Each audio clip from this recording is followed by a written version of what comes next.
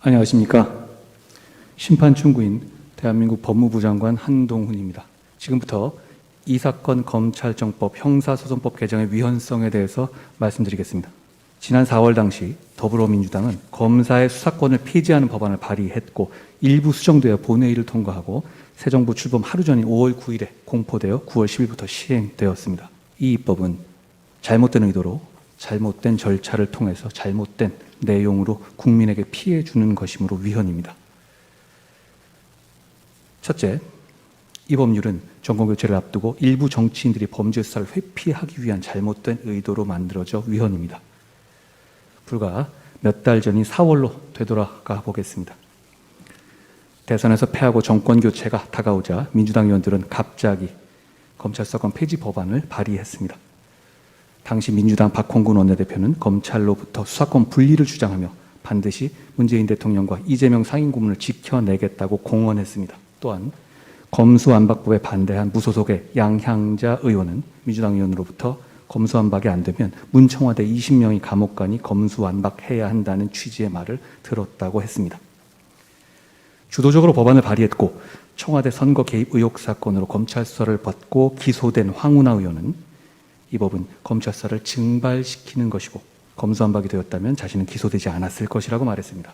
많은 국민들이 설마 했지만 범죄 수사를 회피하기 위한 이런 잘못된 의도는 정말 보름 남짓 만에 국회를 통과해서 현실화되었습니다. 정권교체를 불과 24일 남긴 4월 15일 민주당은 검찰 수사권 폐지 법안을 실제로 당론으로 발의했고 새로운 대통령의 거부권 행사를 막기 위해서 전례 없이 시간까지 바꿔가면서 국무회의를 열고 정권 출범 딱 하루 전에 공포했습니다. 일부 정치인들을 지키겠다 공개적으로 선언하고 추진한 입법이 정권교체 직전에 마치 청야전술 하듯이 결행된 것입니다. 둘째, 이 법률은 위장 탈당, 회기 쪼개기, 본회의 원안과 직접 관련 없는 수정안 끼워넣기 등 잘못된 절차로 만들어져 위헌입니다. 헌법재판소는 의회 민주주의는 단순히 국가의 정책 결정에 참여할 권한을 의회에 유보하는 것에 그치는 것이 아니라 나아가 의사결정 과정에 민주적 정당성이 요구된다고 하였습니다. 또한 헌법재판소는 민주주의 실현의 가장 중요한 요소인 다수결의 원리는 의사 형성 과정에서 다수파와 소수파가 공개적이고 합리적인 토론을 거치는데 그 정당성의 근거가 있다고 했습니다.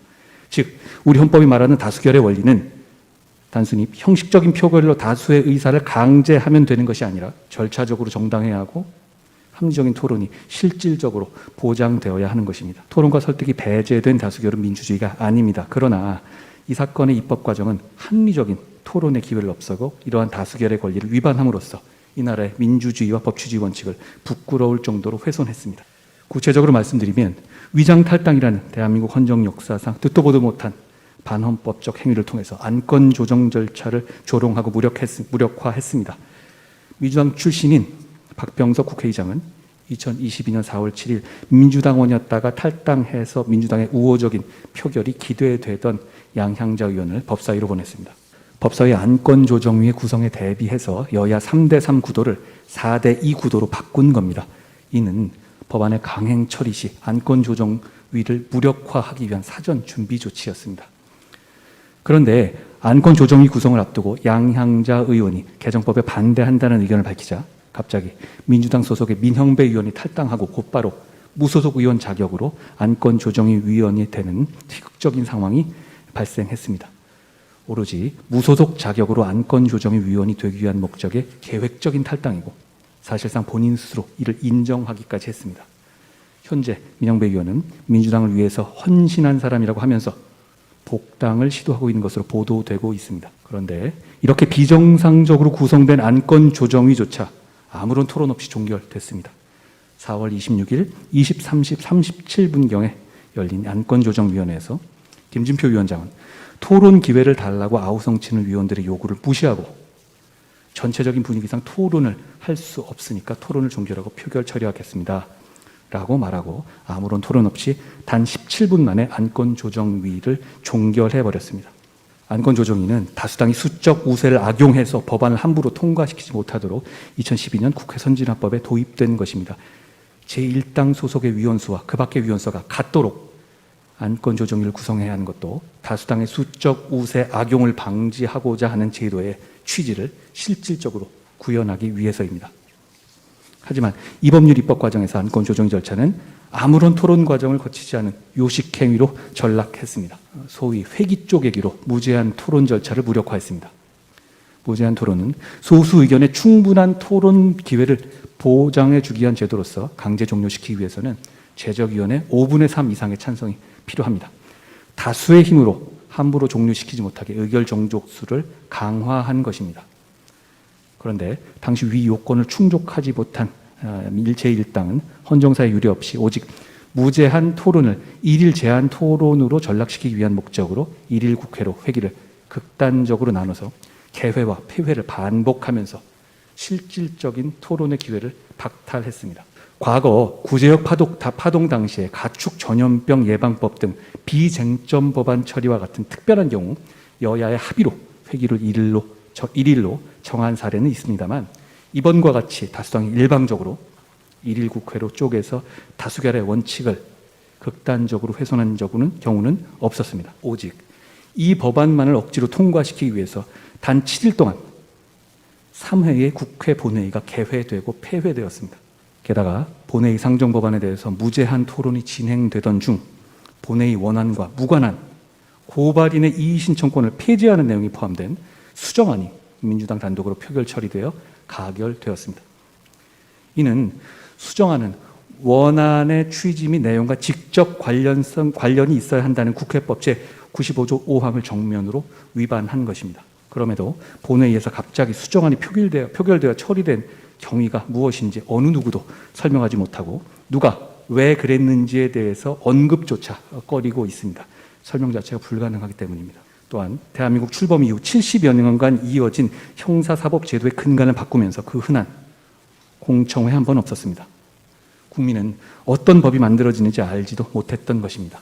셋째, 이 법률은 국민을 범죄로부터 보호해야 하는 검찰의 헌법상 기능을 훼손하여 국민에게 피해를 주는 잘못된 내용으로 만들어져서 위헌입니다. 헌법상 검사의 수사 소추 기능은 국민을 범죄로부터 철저히 보호하기 위한 헌법상의 책무입니다. 그런데 이 법률은 헌법상 검사의 수사 소추 기능이 정상적으로 작동되기 어렵도록 제한하여 국민을 위한 기본권 보호 기능을 본질적으로 침해했습니다. 이 법은 황운하 위원이 공공연히 밝혔듯이 검찰 수사의 증발을 목적으로 추진됐습니다. 실제 통계상으로도 확인되듯이 일부 범죄의 수사가 증발하여 국민이 범죄로부터 제대로 보호받지 못한 결과를 초래했고 변호사 설문조사 결과 73.5%가 수사 지연으로 인한 피해를 호소하고 있기도 합니다. 이는 국민이 실제로 체감하는 피해인 것입니다. 일부 정치인들에 대한 수사를 막기 위한 의도만 다급하게 생각한 것이지 아마 처음부터 일부러 국민에게 피해를 주려는 고의적인 의도로 이런 입법을 한 것은 아니었을 겁니다. 단지 이 입법으로 국민 이입을 피해와 사법 시스템의 부작용에 대해서 관심이 없었던 것인데 국민 입장에서는 어쩌면 그게 더 나쁘다고 할 수 있을 것입니다. 대표적으로 고발인의 이의 신청권을 박탈함으로써 고발을 통해서나마 비로소 범죄 피해를 호소할 수 있는 장애인, 아동 등 사회적 약자들에 대한 보호를 한층 더 어렵게 만들었습니다. 고발을 통해서 사회의 부조리를 알려온 공익제보자들이 꿈꾸던 정의의 실현도 더 어려워지게 된 것입니다. 예를 들어서 일반 국민이나 시민단체가 공직자의 비리를 고발해서 경찰이 잘못해서 불송치한 경우 고발인의 이의 신청과 보완 수사를 통해서 바로잡는 것이 이 법으로 인해서 불가능해진 것입니다. 결국 피해를 보는 것은 스스로를 보호하기 어려운 공익제보 사건의 피해자들 뿐인 것입니다. 경찰이 불송치 결정한 사건에서 고소인이나 피해자가 이의 신청하면 동일성 범위 내에서만 보완 수사하도록 하여 피해자 보호가 크게 약화되었습니다. 성폭력 피해자가 경찰 불송치에 이의 신청하여 검찰에서 보완 수사하면서 2차 피해가 발견되더라도 피해자는 다시 경찰에 가서 조사를 받아야 합니다. 수사 지연으로 증거 인멸이나 범인 도주, 보복 범죄 등이 따를 가능성은 높아졌습니다. 특히 스토킹 범죄, 보복 범죄는 수사 기간을 기다려주지 않습니다. 수사가 지연되는 동안 피해자가 사망하는 등 안타까운 일들이 현실에서 얼마든지 발생할 수 있습니다. 나아가 이 법률은 수사 검사와 기소 검사를 분리하고 있으나 이는 현실을 고려하지 않은 탁상 공론이고 오히려 현실 세계에서는 국민에게 피해를 주는 방식으로 작동될 것입니다. 비유하자면 취재하는 기자와 기사를 쓰는 기자를 분리해서 취재한 기자가 기사에 전혀 관여하지 못하게 하면 제대로 된 기사가 나올 수 있겠습니까? 과거 인혁당 사건에서 기소를 거부하는 수사검사를 배제하고 당직검사를 시켜서 기소한 사례와 같이 검찰의 지휘부가 수사 검사의 의견을 무시하고 독단적인 사건 처리를 할 수 있는 길을 열어주는 퇴행적인 부작용도 초래될 것입니다. 피청구인 측은 이번 청구가 검사의 이익 보호 때문이라는 거짓 프레임도 주장하고 있습니다.